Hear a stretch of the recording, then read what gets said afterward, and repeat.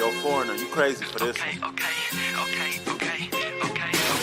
Yeah, they think I'm jab riding when I'm left hooking. Fiends say they love me cause they know I keep that sack moving. Sad to say, but this the life that I have grew in. I had to hustle, skipping class, man, I was true in. I can flip some packs and teach you how to do it. This the real deal. Better watch your back cause people will kill. Kill Bill, kill switch on the Glock, yeah, this the real. And people spin around them blocks just like a Ferris wheel. But that's enough of that. Let me tell you about my life and where I grew up at. I grew up in the south of Topeka. Then I moved to the east in the streets and I ain't fucking with neither. I ain't the type to go with... What's going on, Bucket Discussions family? I'm back at you guys with another reaction video. We got Lil Tjay response to PlaqueboyMax. This is by Blackie Speaks. I'm pretty sure a lot of you are familiar with his content, man. Dope YouTuber. Always is just updating on the news and talks about a lot of music type of situations and music stuff, man. So if you're not subscribed, go sub up. Go check out his channel if you're not familiar, man. But we got a situation that really just kind of bothered me.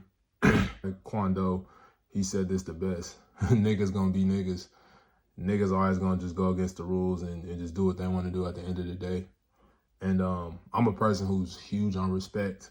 I'll laugh and joke and play all day, but like as soon as that line of disrespect gets crossed, then that's when shit really gets serious, man. And I didn't like how the situation played out. I don't even like how people are trying to make it seem like there's two sides to the situation. If you're not familiar, basically, PlaqueboyMax is a streamer. He had an Airbnb and he had people over, and I guess he had Fabio Foreign there. Fabio tells Lil Tjay to pull up. Like, PlaqueboyMax didn't know nothing about it. He just kind of like, all right, cool. You here, what up? You know how it is, like a kickback. Niggas, hey bro, pull up. Come, he came with me. Like, okay, cool. Niggas is just kicking it. But like, them niggas start sparking up. And he like, hey, you can't smoke in here. He said it in a very respectful manner, even though he didn't have to. Says in a very respectful manner, hey, bro, you can't smoke in here. They gonna, you know, smoke alarm's gonna go off. They're gonna charge the Airbnb or whatever. They're gonna kick me out, whatever the case may be. He don't even really need a reason for real. But he tells them they can't smoke. Niggas just like, all right. They start sparking up again. This nigga, he looked, he like, damn. Hey, y'all can't smoke in here. You say it again. Then them niggas is, all right. Then they do it a third time, and he's like, all right, y'all niggas gotta go, you feel me?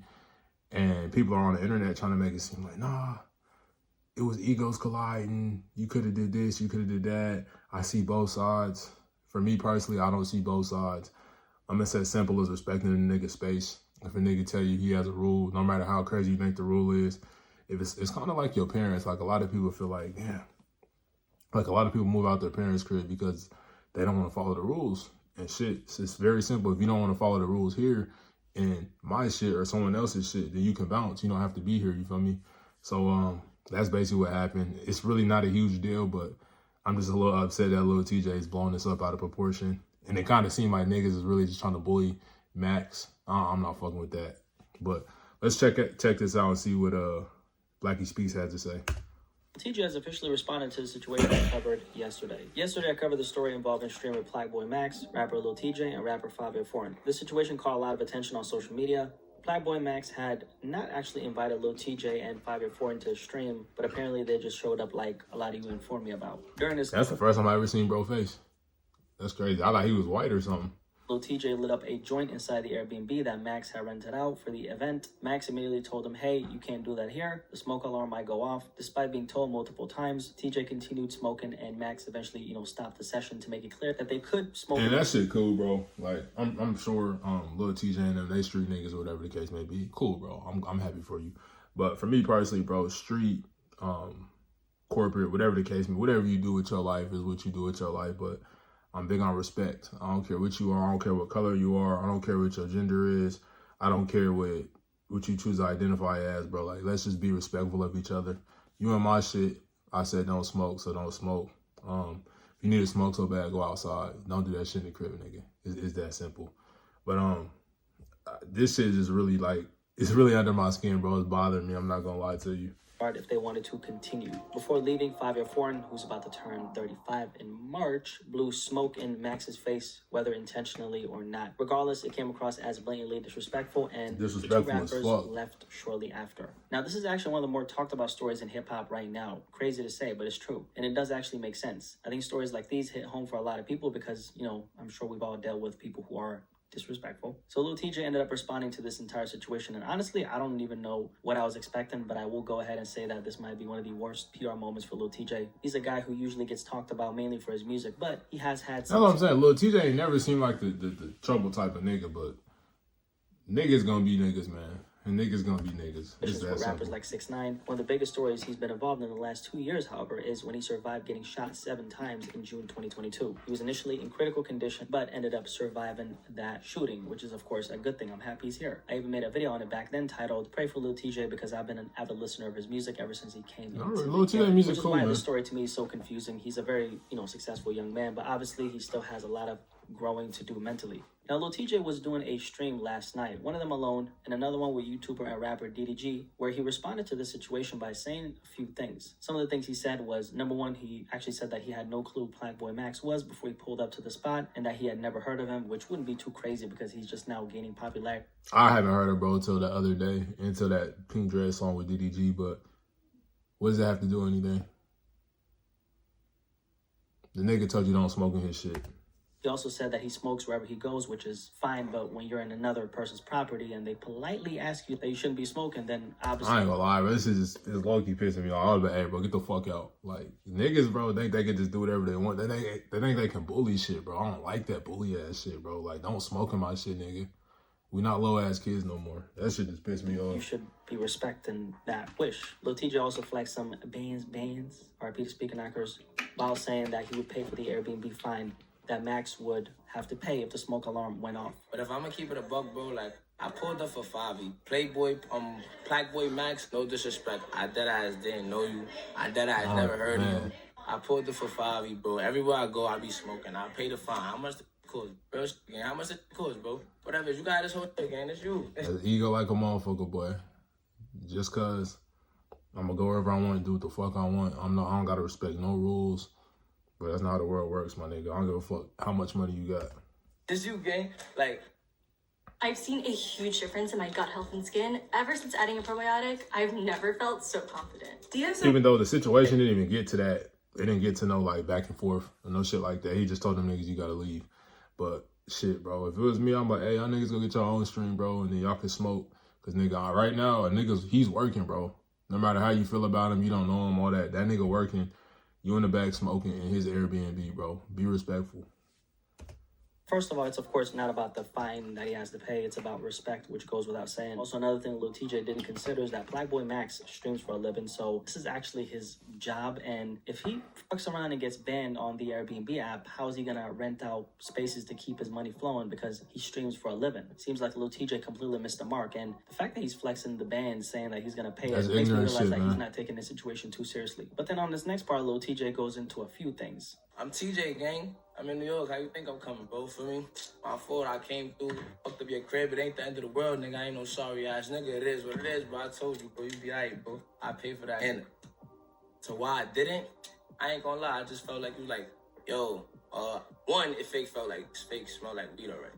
Two, you like on some, yo, stop smoking. Thank you. Nigga, I'm a hood, bro. Regardless of the Lil Tjay image, which I'm trying, for me, keep a mid-ground now, bro. Like, I still damn near feel like he was talking a little crazy, bro. Like, they ain't never do that. I never been somewhere, no smoking, woke off, hit the... So he did ask him politely, like 3. Niggas gonna be niggas, bro. Yeah, my fault. Niggas gonna be niggas, man. This shit just low-key blowing me. I'm not gonna lie to you, man. That's another thing for me. Never mind, let me just keep going. But... So I have no clue what TJ is. No, this is a reaction, bro. I'm gonna go ahead and get this shit off my chest, bro. Like, I don't like when he just said I'm a hood nigga, yada. But that's cool, bro. I'm happy for you. But like, that don't give you the ability to just go ahead and just start disrespect. I mean, you can disrespect niggas, bro, but I mean, shit, them niggas in NYC, they shot your ass 7 times, boy. They was disrespecting you like a motherfucker. Go get up with them niggas, but don't come at my shit being disrespectful. He's feeling the pressure of the situation, which is why I'm assuming this is clouding his judgment, because like we all seen, he wasn't rude about it. He wasn't disrespectful. He wasn't, bro. He simply asked him to not smoke because the alarm is about to go off. Like, we understand there is a way to ask somebody something. Like, for me, that's something I've been working on for the past few years of my life, my delivery, because when I tell somebody something, it can 100% be the right message. But if your delivery messed up, then niggas are not going to receive it. You feel me? If you come at a nigga with the wrong energy or the wrong tone, they're not going to hear shit you saying. But, like, the simple fact that he said, hey, can you guys stop smoking? This is my Airbnb. I don't want the alarm to go off. If it go off, you're going to get kicked out. And I can't stream. The stream's over. Simple. Thank you. That's what he said. Real chill. He had to say it 2 more times after that, bro. I would only said it 1 time, and after that, I would say, you niggas got to get out. So, he ain't saying nothing crazy. Also, he mentioned how it already smelled like weed when he pulled up to the spot, which is funny because you're someone who always smokes. It's going to always smell Zaza wherever you go, right? Ask me how I know. And this is where things get very bad, because he mentions how he's a you be blowing, right? Essentially saying that, hey, you can't tell me what to do, man. Hood ninja or not doesn't give you the right to do what the hell you want to do in people's spaces. That's common sense. Common decency. It doesn't take an astronaut to realize that, okay? But this is way worse, because he says that if he wasn't on camera, he would have slapped PlaqueboyMax. 2-3 minutes, I pulled up, and it's like, you feel me? My son said, yo, my ego getting worked up now, bro. You ain't smacking shit, nigga. Yo, can you not smoke? Excuse me. Thank you, or appreciate it. Like that, immediately. I ain't even put the blunt out. I'm like, you think I've been in jail, bro. Like, I ain't gonna lie, I've been in jail as a minor, bro. I was a felon at 13. I don't know who supposed to think Lil TJ is, bro. You feel me? Excuse me, appreciate it. What type of reaction you really think you gonna get from that, gang? Like, you think you my mother, bro? Like, for real, to slap the shit out of you, I'm on camera. Bro, I low-key feel like cutting this shit off right now, bro. But we gonna finish the video, man. Niggas is ignorant of shit, boy. So I'm woo-woo, like, you feel me? So, like, you get a little cold shoulder, like, who you talking to, feel me? And I'm like, I ain't gonna lie to you. And I don't got no problem saying that. I'm damn near mom, bro. Nigga didn't care that much, bro. It's like, I'm looking like, woo, I'm here for Favi, and I'm just out, bro. I ain't even know that nigga was streamer, though. So there's a couple things I want to talk about here. First of all, I will say that I'm disappointed to see that Lil TJ thinks like this. 23 is young, but not young enough to not realize where he went wrong. Also, this entire hood nigga mentality. You know right from wrong, buddy. Quickly. You guys could hear what Lil TJ said. He said, I was a felon at 13. I don't know why that's relevant, but that's what he said. And then he kind of followed up with saying, I can't let nobody speak to me like that. People with this type of mindset, often, rooted in the street or hood mentality, tend to see a simple, polite request as a form of disrespect or someone. That's the thing too. I realized at a young age, like, that street shit, like, niggas think the whole world operates off of motherfucking street politics and street motherfucking mentalities, bro. The world don't operate that way, bro. Nobody give a fuck about the street shit, bro. Nobody give a fuck about what you did when you were 13, 14, 15. Like, we talking about being in somebody's crib, nigga. Just don't smoke. This shit is honestly a non-story, bro, at the end of the day.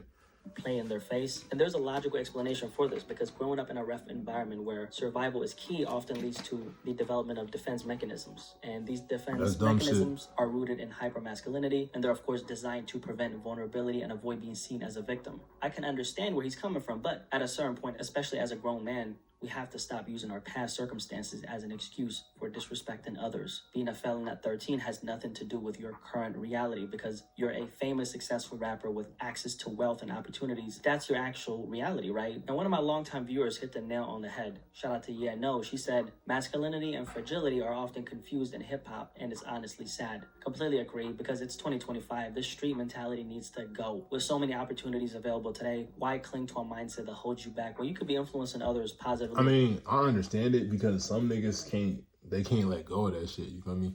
Some niggas can't let go. Like, that's all they know, which is understandable if that's how you came up. But, like, I feel like in the streets, though, isn't there a such thing as respect? You feel me? Like, that's just like, that's kind of like that mentality and that masculinity that she was talking about, like, to where nobody can't tell me shit. Like, nah, bro, that's not how it works. That's not how it works at all. A real difference in the world. Please tell me why. The reason why so many young black men fall into this mindset is, first and foremost, the absence of father figures in their lives. As a result, they end up idolizing neighborhood drug dealers or rappers who pretend to have been those dealers. They mistakenly see that as the image of what it means to be a man, and I'm focusing on young black men because that's what I can personally relate to. But this isn't exclusive to one group of people. I mean, in general, especially on the internet, I'm sure. Where is PlaqueboyMax from?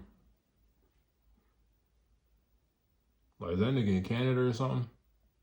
He kind of got like a little accent. I'm talking about, but you can see how the men who gain all the support are these so-called alpha males who are overly loud and aggressive. But let's be real, you know, these types of people are usually overcompensated for something. That shit not about nothing, bro. That loud ass shit, bro. Like, even I mean, anybody can see that.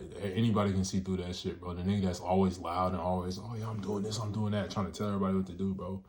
Them niggas always be the ones that's really not about shit. The lowest lows and the highest highs. Well, what's the distinction? After you make X amount, hundreds of thousands of dollars, if you look at these studies done on this, it does not. I don't fit no. It does not hugely improve a person's life. Even these fresh and fit niggas, bro, like, that shit that they do, bro, is like, that's not showing anything, bro. You talking down to women, bro. You on some super loud ass, tough ass shit, bro. Like, that's not about nothing, bro. Like, when I see confidence, I see somebody that's, yes, confident in their abilities, but they don't have to be loud and braggadocious about this shit, but they're just kind of, they there, you feel me?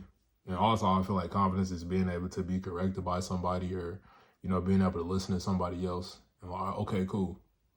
Like, that's one thing I always work on, because I'm not the best at it. But like, if somebody got a critique or something, I'm like, damn, okay, especially if it's a loved one, like, they telling me this shit for a reason, you feel me? So let me hear them out, hear what they saying before I just instantly, get defensive. They trying to tell me this, they trying to tell me that. Nah, bro, that's not about shit. You never gonna learn it, bro. Well, look at, are you proud? If you look in the mirror, would you guys say this motherfucker's proud of who the fuck he is? That's a bag of trash, dude. Pull your fucking shirt Because off. I've been. Tell me you're fucking proud Because of yourself. I've been to fucking prison. Jesus Christ, Because look I've been at to you, prison. bro. You got 10-inch arms and tits.